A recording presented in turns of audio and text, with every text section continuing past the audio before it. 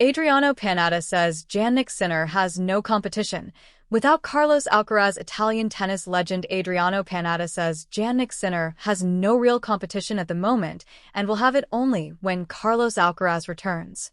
After the Spanish tennis star sustained a right wrist injury in mid-April and pulled out of the rest of the clay season, the Italian went on to win back-to-back Masters titles in Madrid and Rome.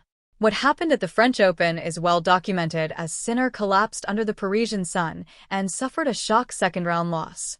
Since it was too early for Alcaraz to return during the grass season, the Spanish tennis star also missed Wimbledon.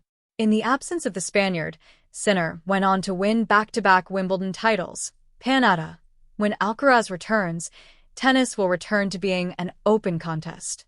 I am waiting for him, sincerely convinced that only with the two of them paired up again, Sinner on one side, Carlos on the other, will tennis once again become an open contest, the duel everyone desires, the 1976 French Open champion told Corriere della Sera. Right now, it isn't and it couldn't be. By winning his second Wimbledon, Sinner has shown he is simply too strong for everyone.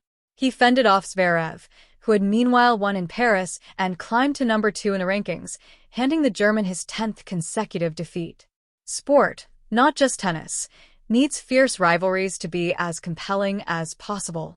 When is Alcaraz expected to finally return?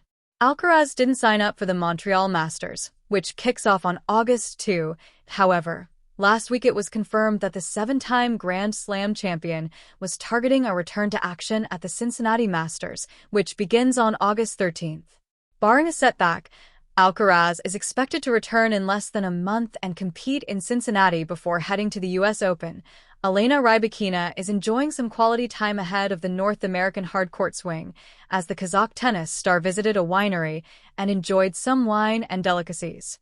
At this past Wimbledon, the world number 2 didn't have much success after suffering a surprise third-round loss to Elise Mertens. For the reigning Australian Open champion, it marked back-to-back disappointing Grand Slam losses after she also exited the French Open in the second round.